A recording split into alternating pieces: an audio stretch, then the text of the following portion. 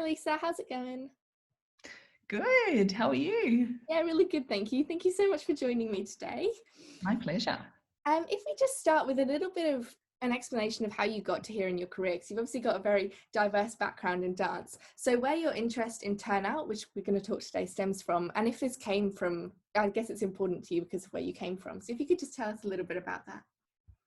Yeah, well, when I was dancing when I was young, I always got told that I had terrible turnout and it was my bones and there was nothing I could do. And I believed my teacher. And so I never really pursued dancing professionally. I went straight to university, did physio, came to Australia, worked as a dance physio, was fantastic. And then it wasn't until I actually paid for one of my staff members to go and do an external massage therapy course. He was a dancer and he'd had a degenerative condition that he couldn't dance anymore. And I put him through this massage training, and then he came back and he gave me actually a 4-hour massage. And we didn't plan on it being 4 hours. He just did everything that they'd done in this 12-week training program. And he did all these amazing deep releases around my hips. And I got off the bed and I did a grand plie and my knees went sideways for the first time ever. And I burst into tears. And he said, well, why are you crying? That looks great. You don't understand. And it was amazing because I'd always been told it was my bones. Yet I was directly seeing that at the ripe old age, I think I was 26 at the time, that it totally wasn't. And I realized that I'd been working so hard my entire life to try to turn out. I'd built so much extra tone in my hips that was actually blocking my turnout. So after that little revelation with myself, I started looking at my clients very differently and really focusing on screening their hips in detail in multiple directions and working out actually what is stopping you. Is it bone or is it something else? And started to have really good results with them, with taking the time to really work out what tissue it was and then working really intelligently and sympathetically with that tissue. So it's changed quite a few people's hips.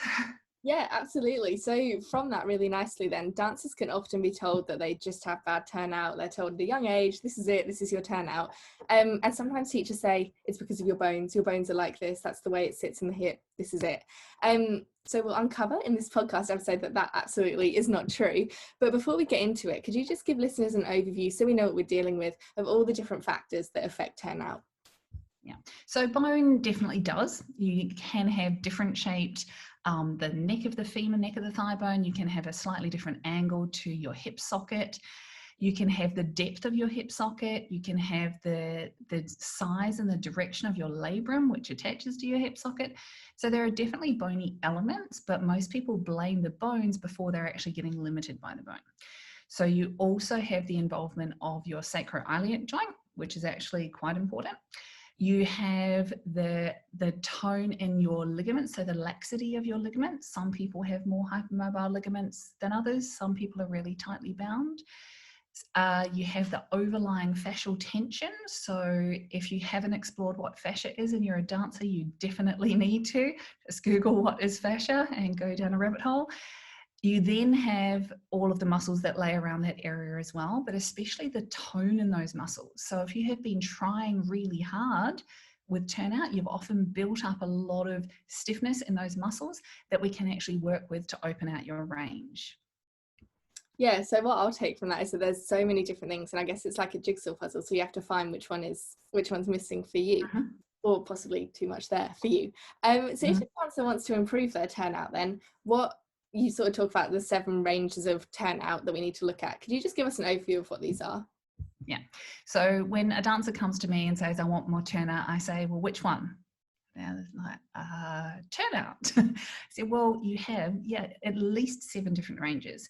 So I like looking at the hip in lots of different positions because you need to use it in lots of different positions when you're dancing and even when you're a regular human.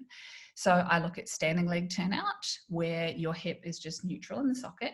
You have turnout en fondu if you're going into a plie. You have turnout in retire.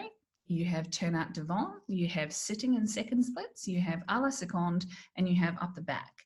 And what I find is that you may not have great standing leg turnout, but it may be great en fondu.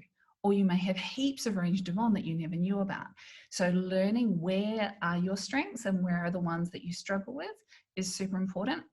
Also important to look at each of those of whether you have passive range or active range. Some people have heaps of actual range, but they don't know how to use it. Some people don't have much range, but they're really awesome at using it. So I look at those two things in each of those positions. So technically you have at least 14 different ranges of turnout. Right, so before, this wasn't like prepped, so just on the spot, but what is it in these different ranges that makes them different? Like why have you got different ranges in each of these positions? Yeah. That's a really hard question to answer because each person is also different. So when I'm testing turnout devon, some people will be limited by bone on bone. Some people will have an anterior impingement. Some people will be tension around the back. Some people will be pulling in their inner thigh. So whenever I'm testing into any of these ranges, I'm also asking the dancer, what do you feel? Where do you feel it? And trying to establish what is actually blocking them. And this is why there is no one turnout program that is right for everyone, because you need to actually assess what you have today and what you need. That may be different next week. So if you have been in lockdown and not moving, your hips may be in one condition. If you're at a different time of the year where you've been doing classes all the time and you're doing your regular yoga practice and you're walking your dog outside all the time, your hips may be quite different. So I think dancers need to learn that their range is transient, it changes and evolves. And so we need to always be assessing what is it now and what can I do, what does it need now as well. Sure, definitely. So let's take standing leg turnout for an example then. So if a dancer struggling with this, say you have your typical dancer who would come in to see you, what areas is it usually that they're struggling with? What might the problem be? And then I guess, how can dancers themselves identify where the problem might be? What tools can they use for themselves? Yeah. So if a dancer comes in and they say, yeah, my standing leg turnout is terrible, I first want to establish, is their range terrible or is their control terrible? And are they actually terrible? Because sometimes they've been told they're terrible when they're not. So I look at them with no activation whatsoever. How much can I generate in the hip? And then it depends what they feel. So some people, when I test them like that, they get a pinching in the back of the hip if the capsule is really tight. Some people, it's more of a fascial stretch over the front. Some people, it's a really hard lock in the joint. So again, it depends what that person feels. The tricky thing is that's really hard to do yourself, because whenever you're testing yourself, you're using your own muscle activity. And this is why I spend a huge amount of time teaching therapists and teaching teachers how to assess their students, because it's really hard to do on yourself. But unfortunately, a lot of people in the world don't have access to really highly qualified dance therapists. So there's a lot that your teacher can do. And I encourage all dancers to learn more and more and more about their bodies. So then there's things you can do with a friend, but it's actually something that's very hard to do on your own. Sure. So if we just then, so I guess the main discussion today is the various barriers to turnout and how dancers can work with these to improve their turnout. So if we look at, for example, say the role of muscles, fascia and their bone structure, should we take those three for a staple? When might dancers use, or I'll start with, what examples of exercises are there to work with turnout to improve these areas? And when might dancers use these? Are they particularly effective before class, after class? Yeah. I use different strategies at different points. So in your warm-up, you're wanting to warm up in your current range. You're not really aiming to increase your range. There's been a huge amount of research on not doing static stretches and things like that, which a lot of dancers have historically done. So super important that we're not sitting in sustained stretches, especially before class. So before class, I'm usually focused on neural and fascial mobilizers to gently hydrate the tissues and restore the range that I know the dancer has. I also want to do some activation exercises. So I want to make sure that they are starting with the right foundations. If you wake up all of the deepest baby turnout muscles in your hips before class, you're more likely to use them in class. If you don't, and you've been sitting for 3 hours at the computer before you go and do class, chances are those deep muscles have gone to sleep and they're not going to kick in as much as they would if you gave them a little nudge. Hey, are you awake? Can you come and help me here? So I find before class, dynamic mobilizers and activation exercises are really, really important to help prep your body for class. You then have different things that you do in your dance conditioning phase. So this is something that I think needs to be scheduled into your program. It should be part of your normal scheduling for your week. My formula is that for every 5 hours of dancing you do a week, you have at least half an hour of additional cardio, half an hour of mobilizing type self-massagey exercises, at least an hour of dance conditioning type exercises. So that then builds up. If you're doing 25 hours a week, then you're doing 5 hours of conditioning at least per week. So in those sessions, I use a little mantra of mobilize, isolate, integrate, function, load, which is where we create space, we mobilize everything, make sure it's nice and available. We isolate, wake up the little baby muscles, integrate, teach groups of muscles how they should fire, a function, how is it meant to happen in class, and then I load.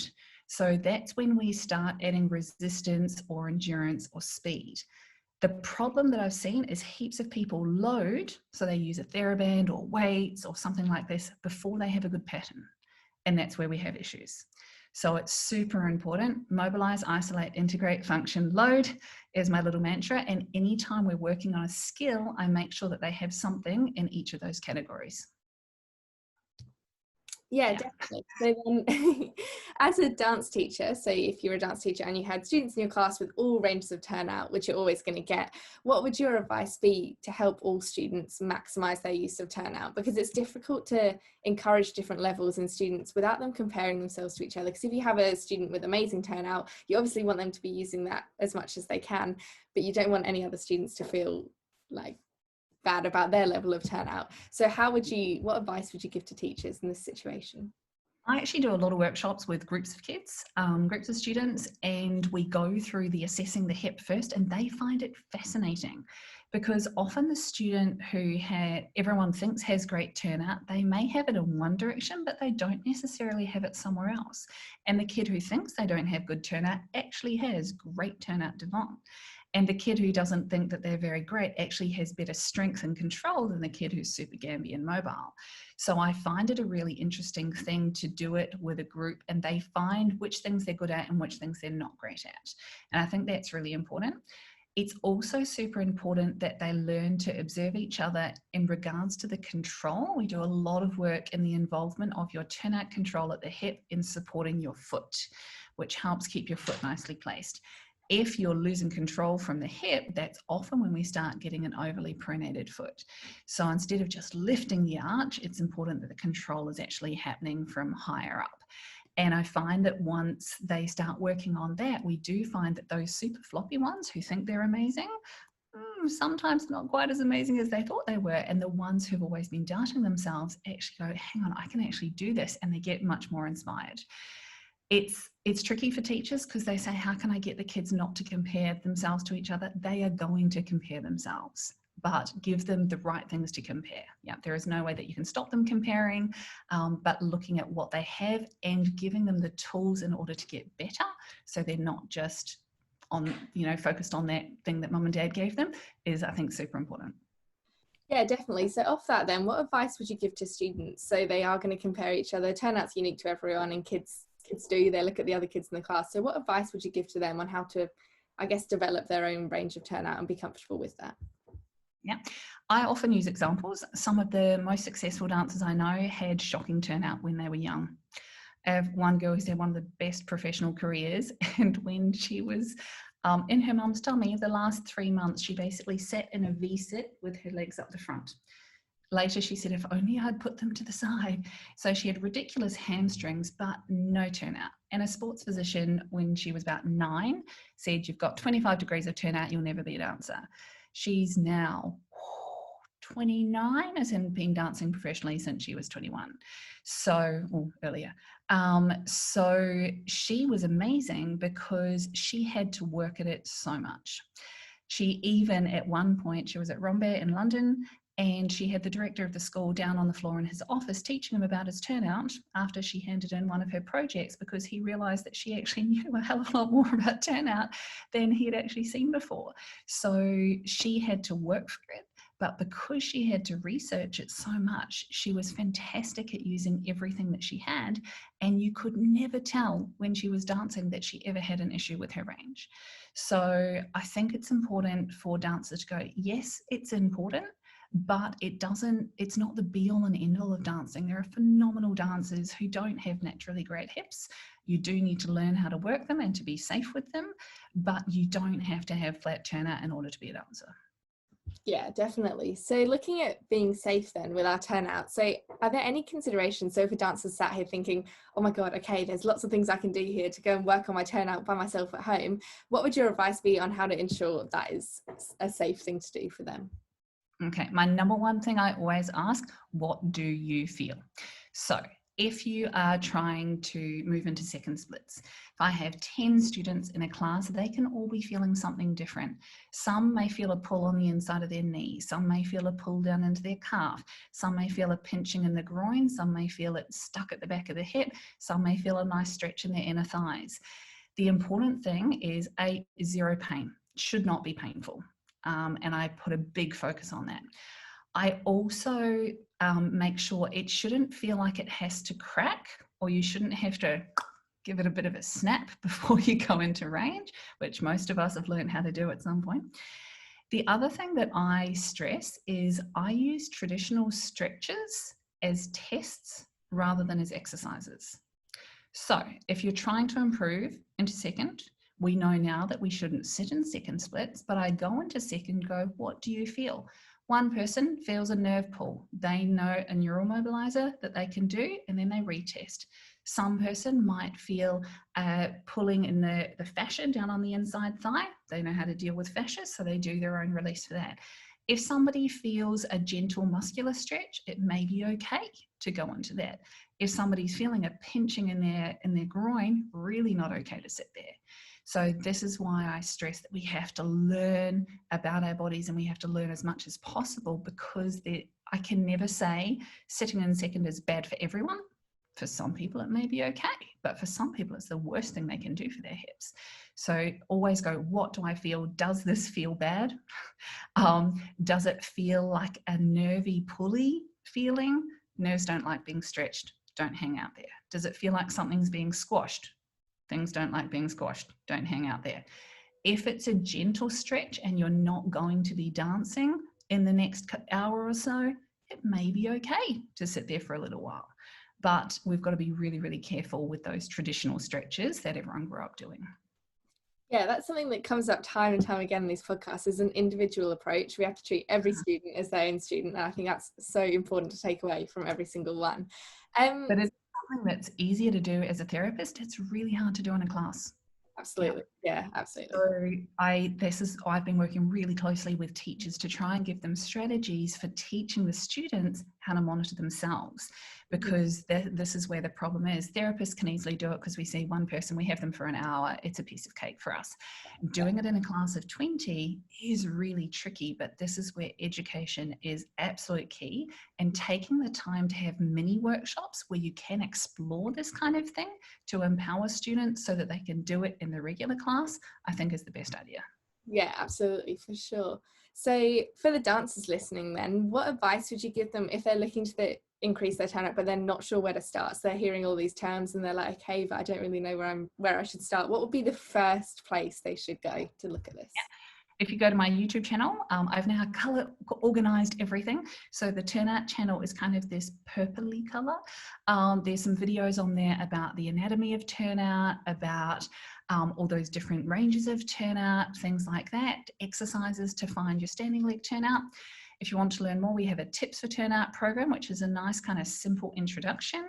We have a training turnout program, which goes into more the assessment of the hips. And then we have higher level ones, such as how to get your legs higher in a développé devant, which is much more about the fine cueing and the fine patterning that you need to have to stop getting really grippy in your quads when you're trying to increase your adage. Sure. So I think that's a fab introduction to Turnout today, but is there anything else you'd like to discuss or mention? Well, I think the biggest thing is that everyone needs to continue learning. Therapists need to continue learning. Teachers need to continue learning. Students need to continue learning. It's actually why I've pulled away from doing clinical work. I actually closed my clinic last year and have been completely focused on dance teacher and therapist education.